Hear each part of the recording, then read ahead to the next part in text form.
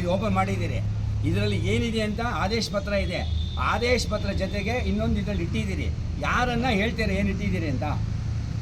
ಹೇಳಿ, ಯಾರನ್ನ ಊಹಿಸ್ತೀರಾ? ಹೇಳಿ ಮಾಡೋಣ. ಕಾರ್ಡ್ ಇಲ್ಲ, ಏನೂ ಇರ್ತಿಲ್ಲ, ಬರೀ ಆದೇಶ ಪತ್ರ ಹಿಂದೆ ಇನ್ನೊಂದು ಇದನ್ನು ಇಟ್ಟಿದ್ದೀರಿ. ಯೋಚನೆ ಮಾಡಿ ಹೇಳಿ. ಅನ್ನಪೂರ್ಣೇಶ್ವರಿ ಇಟ್ಟಿದ್ದೀರಾ? Very good. ಅದು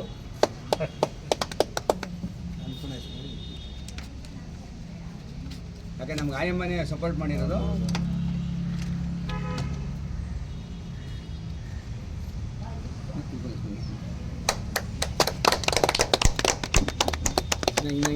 ಫಸ್ಟ್ ಒಂದಿಗೆ ಹಿಂದಕ್ಕೆ ಹೋಗ್ತೀನಿ.